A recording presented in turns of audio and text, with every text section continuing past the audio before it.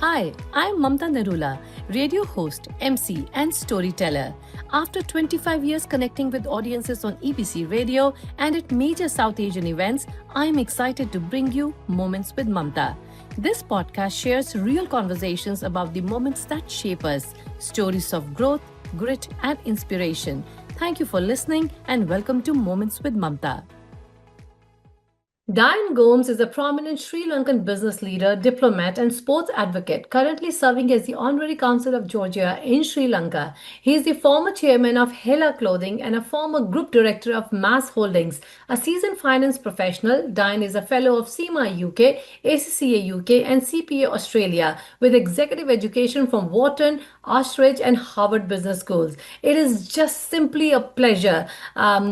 Welcome Dian Gomes. He also happens to be the board of director at IBA Pro Boxing, a passionate boxer, an instructor. He's been on many boards related to boxing, and not only that he has had positions, he's worked very hard to take Sri Lankan boxing to a different level, including Olympics. It's an absolute pleasure to welcome Dian Gomes.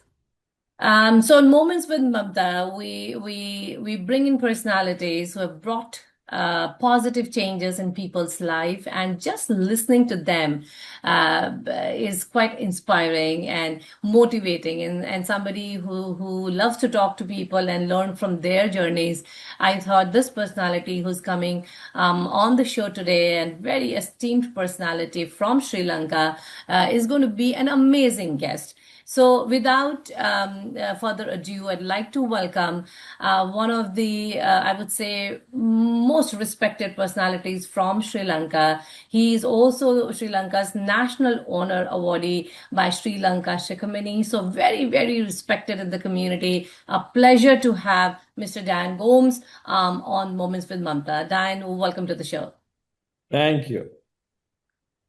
So my introduction to Dian was by accident. I was visiting Colombo for like 2 days, and I went to this amazingly beautiful store that had everything lifestyle, and I was just attracted. And I saw a guy sitting on one of the benches there inside the store by the cafe, in a wearing a nice crisp white shirt and looking like somebody who's quite accomplished. And we just started talking, very casual, and then we got to learn a bit about him, and then we got to learn a lot about him.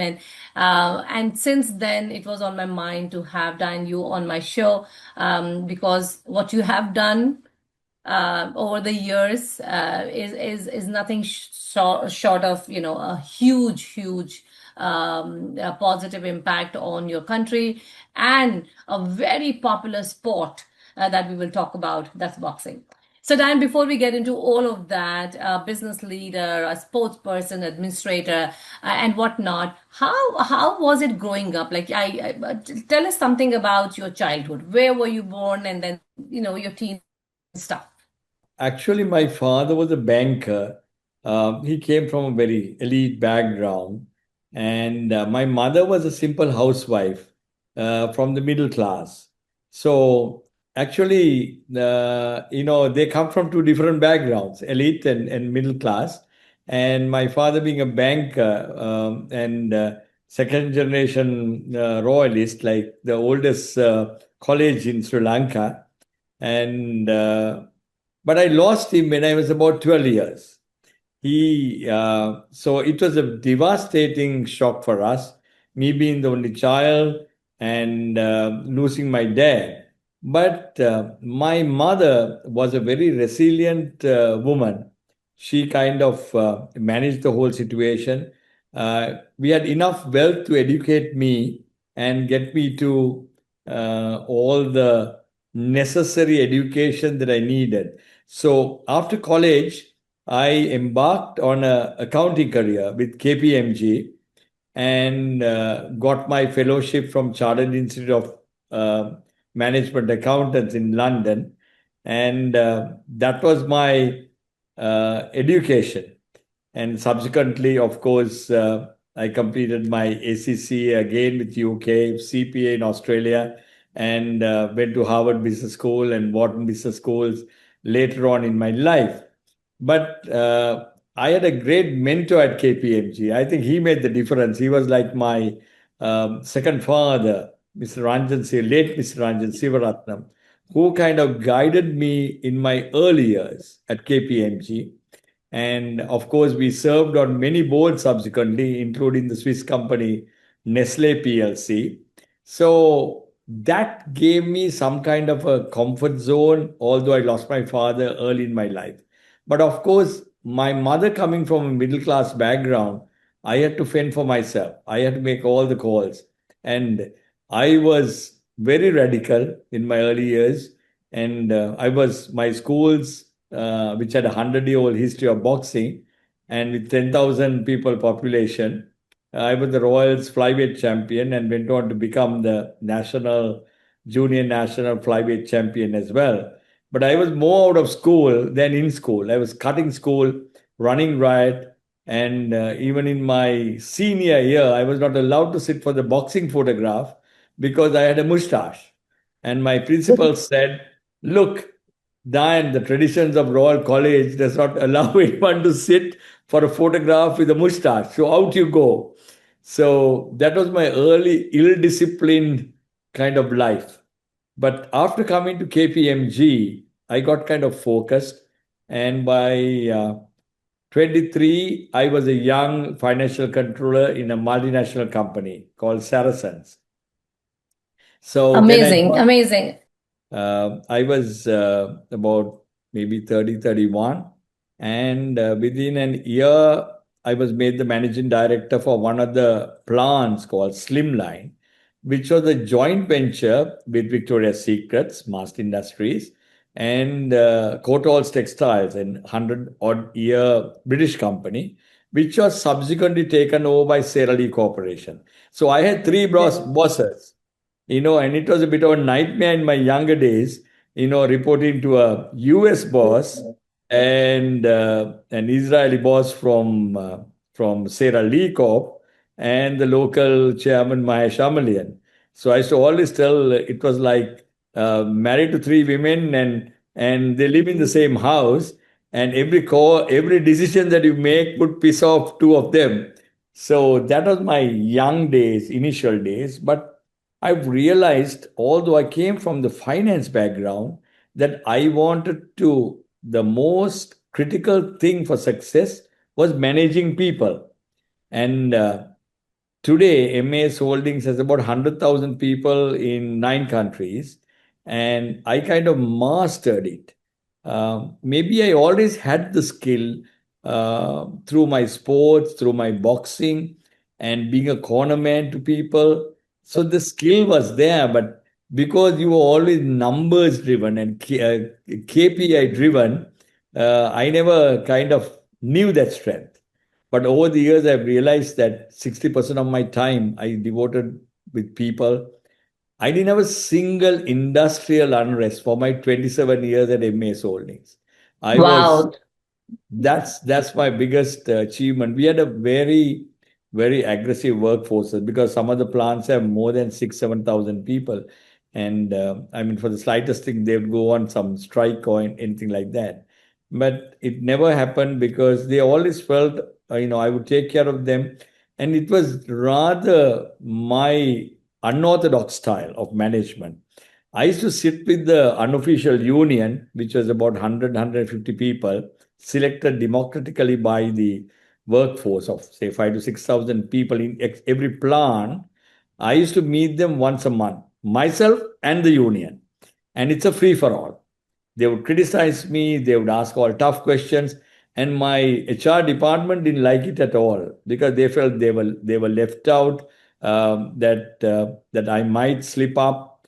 I wasn't. I was never, because as long as you tell them the truth and the truth, so you could always kind of convince them, and there were differences of opinion. So But I'm sure that there was. must be situations which were difficult for you to handle because when it comes to unions and dealing with so many people and getting the critiques and negative comments and complaints, how did you manage that? Because obviously inside you something would be happening, but you may mask it and present in a different way because you're a people's person. I was always very genuine about it. I think I had a slight advantage because when I was young, I used to wear this Kangol cap, to cover my baldness. But ultimately, all over the world, even in the boxing world, they even if they forget my name, they will always always remember me as the man with the cap. Yeah. So even for the workforce, and when I was young, I was more a socialist. So in the university days, so they used to always think, okay, he's more to the left than running a capitalist company. And because it was the U.S., we used to run the U.S. flag and the British Union Jack and the Sri Lankan flag in our factory.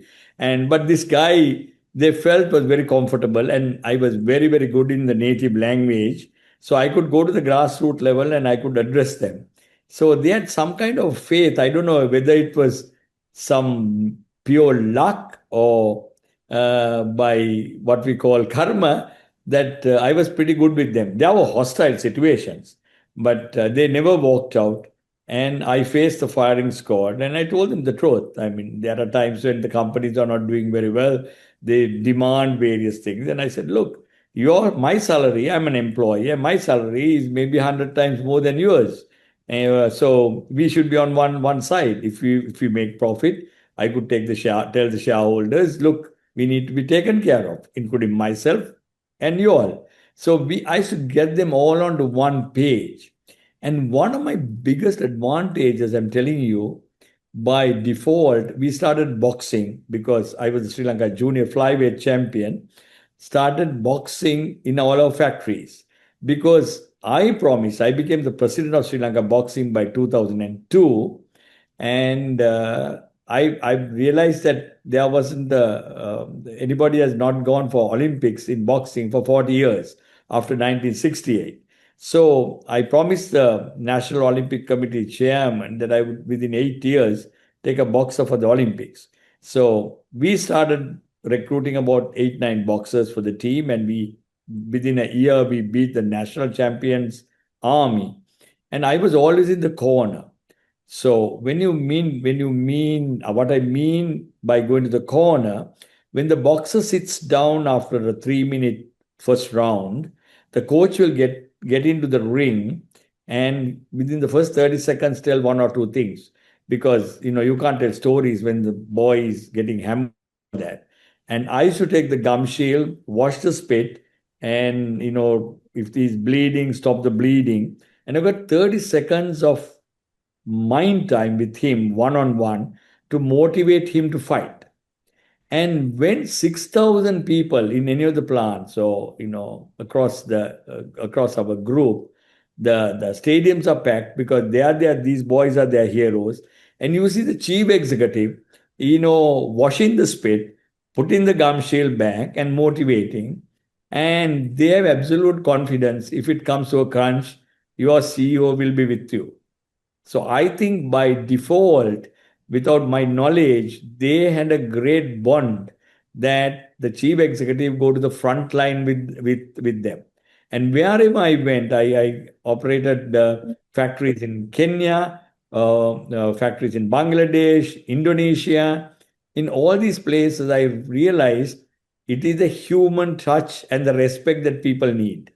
And especially when you come from an elite background in an Asian society and then study in UK and do accountancy and then go to places like Harvard and Wharton, right? It's very difficult for a chief executive to get down from the pedestal and be with the workers. I used to have What made you do that? Like, is it your core personality? I think it's my core personality. I've had breakfast with Prince Charles, 40 years ago, and I could sit with my toilet cleaner and have a cup of plain tea. And I think my school, although it was the largest public school in Sri Lanka, had people from the rich class and the poor class and all that. And the boxing team generally consists of people from underprivileged backgrounds because everybody else would play cricket or rugby or tennis, while the underprivileged lot would, especially the ruffians, would put on the gloves and fight. So since I came with the boxing background, that helped me as well in the school. When did So you start actually getting, attracted towards boxing or that sport? That was very young Uh, age? I was about 16, 17. I was like the pre-university couple of years back before I started boxing by default. And then I won the title at Royal for 4 years and then became the Sri Lanka junior flyweight champion. But I tried to fight at the national level for the Asian Games trial and I was floored by this guy. And this is a great lesson which I learned because I was cocky and arrogant, and that made me get that knockout to the floor. So I realized if you're arrogant, the first thing which will happen is you will fall, and you will fall with a big thud. And this guy, who come from a very underprivileged background, tells me after 25 years when he was nationally recognized, he told me one thing. He said, Dian, you came from elite background and you were fighting for the honor of your college. I was fighting for my life and I was not allowing anyone to stand in between, myself and representing my country, Sri Lanka. And he went on to win a bronze medal at the Asian Games. Wow. So and he said the most important thing. He said, when I got into the ring, the five judges, when I looked at them, came from very elite backgrounds. Most of them had on the left hand side the school crest, which was Royal College or St. Thomas's, all the public schools. And on the right hand side, British universities, Oxford, Cambridge, University of London. So obviously, I felt, if it is a split decision on points, you're going to win. So I was not allowing anyone to stand in between, and you were lucky not to have got yourself knocked out. So that was my first lesson on meritocracy. And when I became a chief executive, I've realized it didn't matter to me where they came from, which nationality. And we had a multinational set of people from all over the world, the Chinese, the Israelis, the Indians, Filipinos, right? And I operated all over the world, and I've realized, your success and your credibility is on meritocracy. You can make the tough calls, and you will pick the best team. You'll treat them very well with respect, and then, when we started, it was a $6 million company. When I retired, it was a 2.5 billion turnover company, the largest the apparel company in Southeast Asia, and of course the largest company in Sri Lanka. And with the That's 200, simply amazing. So I was just thinking that from an accountant to business leader to a sports administrator, I think it's your personality that has, I think boxing has definitely played a big role in your life to shape who you are because you need to have that kind of an attitude, first of all, to be a boxer, right? Your journey is just simply, I don't even have words. It's not just inspiring. It's like the life lessons that you have learned at every stage that needs to be shared. So a simple lesson of not being arrogant, right? Arrogancy will not take you anywhere. Tell us more about that because I want us, younger generation, younger than me, to learn because to me the mantra of success is that, right? You can be very technically savvy in your field, but who you are plays a big role and your relationship with the people. So teach us some more lessons. I think this podcast must be about that. it's all about humility. What made me select or go into boxing and to take over the mantle of leadership in Sri Lanka boxing was in 1999. The young colonel called Jagat Jayasuriya, who was my batchmate in school, took me as the corner man for the SAF games in Nepal. And subsequently, Jayasuriya became the commander of the army. So at the meet, we won one medal after a long time. A private, army private called Sumit Prasanna won the gold medal. And I was about 30 feet away from the podium when he got the medal. It was a very emotional moment when, the country wins a medal, the national flag is hoisted, and the national anthem is being played anywhere in the world. I've done about 7 Olympics, and any country which wins, and when you stand up for that anthem, you have tears and emotion with you, and especially when your own country wins a gold medal. The first time that I've seen that, I was emotionally moved. This boxer walks into me, puts a medal on my neck and worships me. And I'm stunned. I'm emotionally moved. And I asked why. And he says, Sir, I know your position in the country. You are a chief executive of a large organization. You don't have to travel 10,000 miles to tie my shoelace and take my gum shield, wash my spit, and put it back and motivate me. The only way that I could reciprocate is, putting the medal on your neck and worshiping you, which they only do for the priest or the parents. You don't go and, worship, outsiders. I was stunned because I worshipped, my coach, late Danton Obesekara, who was the first Asian to captain Cambridge University, you know, in his death to his coffin. But, not when I boxed for my school, he used to hug us and say, well done, that's it, and shake hands. There was no worshiping business. So I was moved. And then I realized you don't have to go to Harvard Business School to learn humility. A private, without much education, taught me what humility is. And that only got me to work on taking the leadership mantle of boxing in Sri Lanka and promised my country that within 8 years I'll take somebody for the Olympics, which I didn't know at that time that only 28 people qualify for Olympics. And first selection trials is the 1 year before the Olympics, the World Championships, where 135 countries take part. And if you don't make it there, in Asia, there are about 60 countries taking part. And a country like Sri Lanka, we are dog's chance. So I took on that challenge and it took me 8 years, 27 tours with my money, funding three boys and the coach, going all over the world. I mean, you name it. I put my job at risk being a chief executive. My wife was on my case. My daughters are screaming. Every holiday, the father is going with the team, pack my bags, buy the tickets for them because government was not funding us, nor the National Olympic Committees, funding myself and some sponsors. And for 8 years, we traveled the world and 27 and defeat after defeat. You have to win, you have to win five fights to get into the gold medal level. We come to the third fight, quarterfinals, and sometimes I had to come back because I had to come to work you go on a Friday night and come back on Sunday night, and make it to work.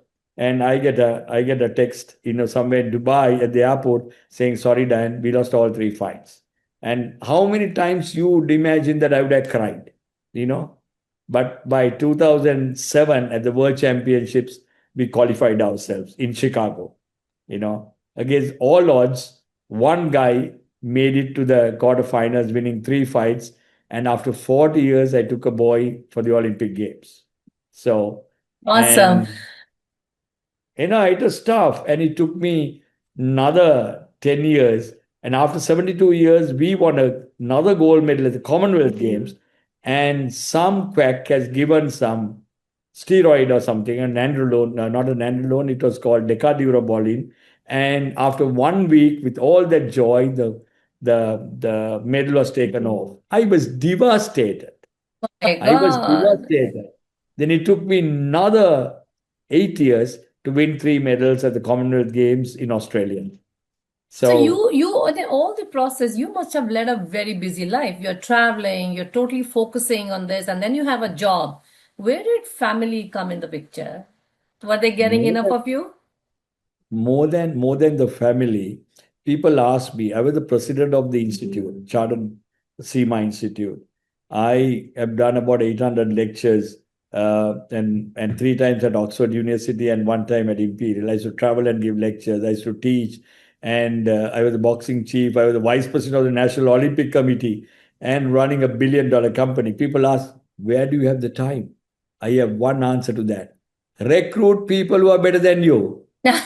You know, Another management yeah. lesson, right? In cricketing terms, because where we come from, I would say if you have Tendulkar, Muralidharan, Shane Warne, and all the guys in one team, it'll be a nightmare to manage them. But I don't think you will even have a chance to bat because you will only take the World Cup home.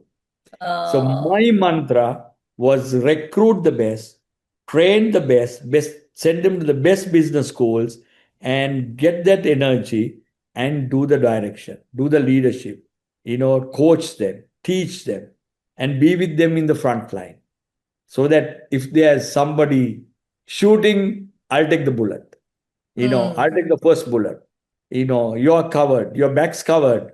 We are not making rockets, we are making panties for Victoria's Secrets, right? Yeah. Nobody dies on the operating theater. You're not surgeons. Come on, get on and do the job. We'll get $1 million claim. So be it. We'll fight back and we'll hit the numbers. And in my 27 years, I only missed once. In 2008, due Oh, to the financial crisis, I missed the numbers.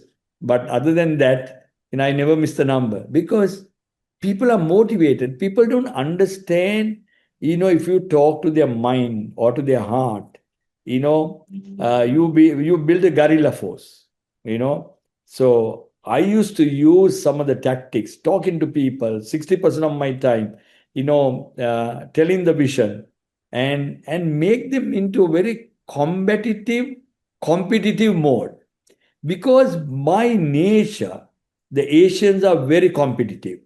They will compete, on anything, including the next door, what you call neighbor's dog to the lady's sari to Eurasian mentality, right? They'll compete on anything, right? So you make every opportunity to make them competitive. That's what I did with my plants.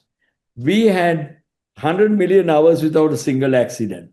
And I won the safety award from Seradi Corporation, beating all the 800 odd plants, including the US plants.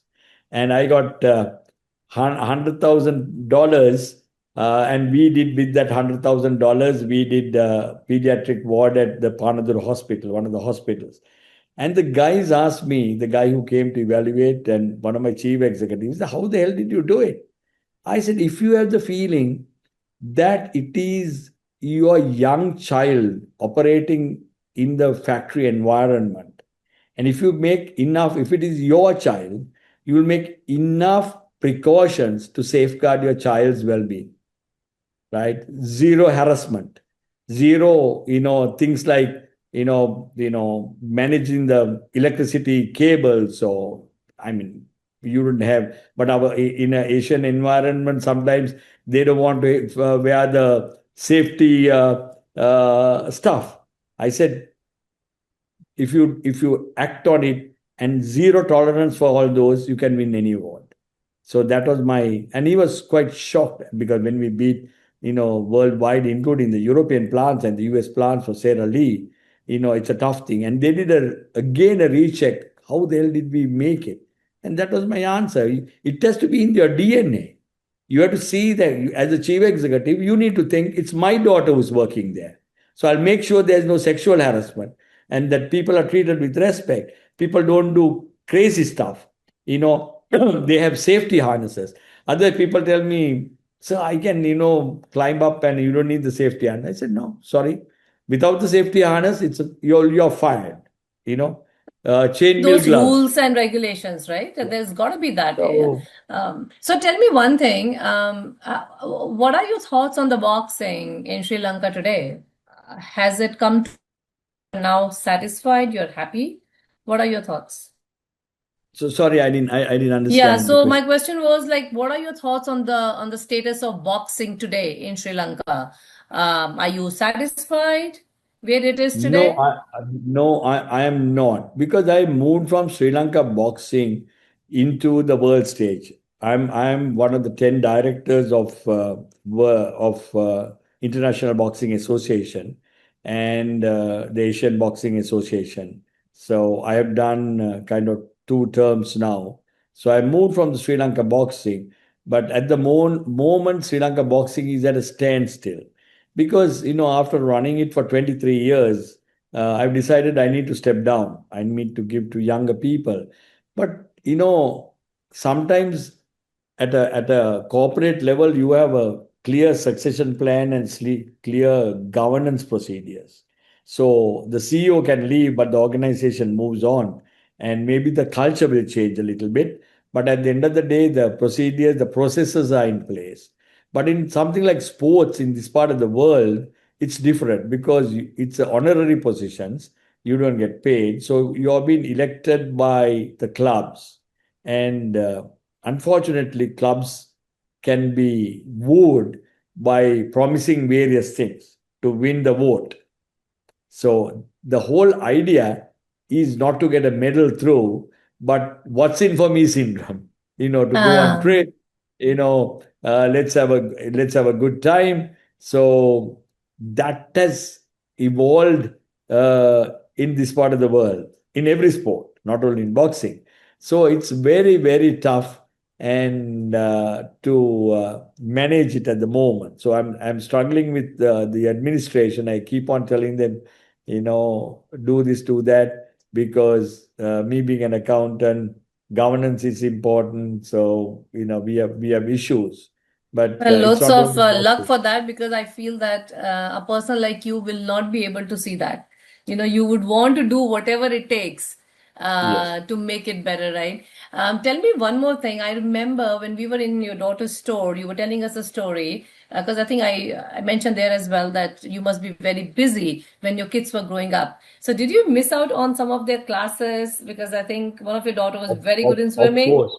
Of course, my wife took the mother's role, the father's role, and she ran a business. And today, my younger daughter, studied. They both studied at Imperial for their masters. One lives in London, one's back, and they run the businesses. But my wife, ran a fairly one of the larger interior construction companies, and she kept it. And one day, my younger daughter, who's now the chief executive, asked, "Hey, you ran it for 30 years, but I didn't see the growth that you should have had." Because within 4 years, when she's the chief executive, she took the company three times more to about 1.6 billion rupees. So my wife said two things. If I was driving the business, most probably you wouldn't have had a mother, and you wouldn't have, your father wouldn't have had me as a wife. So therefore, I'm the one, although your father is the athlete, I'm the one who took you all for training in the morning at 4 o'clock, 5 o'clock, and made the sandwiches for you, and took you all for the extra lessons, etc. Because both represented Sri Lanka at Asian Games, at Commonwealth Games in synchronized swimming, and they came up to the finals in two of the Commonwealth Games. So they were serious athletes, but I was never there. And one incident which they will never forgive me is when we won the gold medal in 2010 Commonwealth Games. I was with the boxing guy and not with my daughter, who was in the finals. So I had either chose, the boxing finals, where I knew that I would win a medal, and my daughter's finals in synchronized swimming, where I knew she wouldn't win a medal. She was number six. So I had to make the call. The call is for, the greater good of my country. So, and in my biography, I end by saying one day that they will realize and recognize that I made Sri Lanka strong and Sri Lanka proud. It is a very tough call as a father It's a and tough as call. somebody who's like, so possessive about the sport that you were supporting. Was she very upset with you? At that time, she was very upset. But I think in the years to come now, they are like in their 30s. They have realized what it was, right? And they don't say anything about that anymore. And they realized that they have moved on. So they So, are very, Diane, are very good. you at this point, are you like fully retired? I'm fully retired. I'm the Consul General for Georgia in Sri Lanka. And my last board position was Nestle's PLC, the Swiss company. So I've retired from there as well after 9 years. And I'm a director of international boxing. So I travel the world every 8 weeks, uh, you know, all over the globe. and I teach. I mentor a lot of young entrepreneurs, and Yeah. most of my time I teach. I actually did a lecture today to the Chartered Institute of Chartered Accountants. It's a Okay. 1 hour lunchtime, and 293 people listen to me. So I was telling them I'm quite surprised that during lunchtime 293 people want to listen to me, but that's what I do. I spend a lot of my time teaching. Okay. And what does Diane do in his free time? I I'm a landscape artist. If you see my house in Colombo, I don't see the neighborhood. And even if Wow. the street, I have planted so many trees, and I have some villas as well. And there's one villa in Singaraja, the last one of the few natural reserves and a rainforest in this part of the world. I think the one of the few remaining rainforests called Singaraja. So I have taken 6 acres of tea uh, just adjoining that because it's a very restricted areas, and I've grown it into another jungle in the tea estate. So I love, growing trees, and I'm very involved in art. I'm a collector of art. I go and see all the museums in the world. So, and I travel. So in the next few weeks, I'm traveling to Rwanda with my wife to see the gorillas. Oh, So nice. Very yeah, nice. Yeah. I've done about Uh, 102 countries now. So my Whoa. life, I'm 68 now. I hope I'm strong enough to do about another 10 more countries. More than 10. And God bless you with all that energy that you have, the passion that you have, and the humility that you carry with you. It's an honor to talk to you, Diane. If there is one thing that you want to share with all these entrepreneurs living in US or people who are listening to Moments with Mamta, what would that be? Just one lesson. You have to understand the life is a very short period. We all have a time span on this earth. And if you are going to think you are never going to die and you keep on working, and you know, a day will come that you will regret. First of all, I mean, you have all TikToks, you have all on social media. Take care of your health, enjoy life, because how many cars can you park in your garage? How many houses can you live? And I just tell when I teach and lecture, what would people tell or think when they come to the cemetery to bury you or to cremate you, right? What would be in their mind?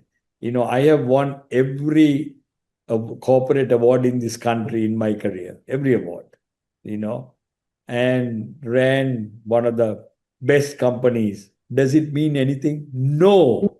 For God's sake, please understand, all that glory is gone. You don't want to be the richest man on the cemetery, right? Enjoy life, teach, make a difference to the people. So they'll remember you as the man who made a difference in their life. It may be a kind word, it may be just opening the doors or something. Make that difference. You'll be a much more happier, much more contented man than a great entrepreneur. It means nothing in the end. When you are young, of course, I want to be a best chief executive, win all the awards, win the gold medal. Now, does it mean anything? No. Wow. I just feel like I should just keep talking to you. It was such a pleasure. Thank you so much, Ryan. I think your the words will resonate with me for a long time. And may God bless you with great health. May you keep traveling, meeting gorillas and anyone that you want to, any part of the world and enjoy. And please give my regards to your family. We are very proud of you, Diane. And it's such a pleasure to talk to you. Thank you. Thank Thank you you. very much. Bye. Thanks for joining me on Moments with Mamta. If today's conversation inspired you, please follow, share, and stay connected for more meaningful stories. Until next time, this is Mamta signing off.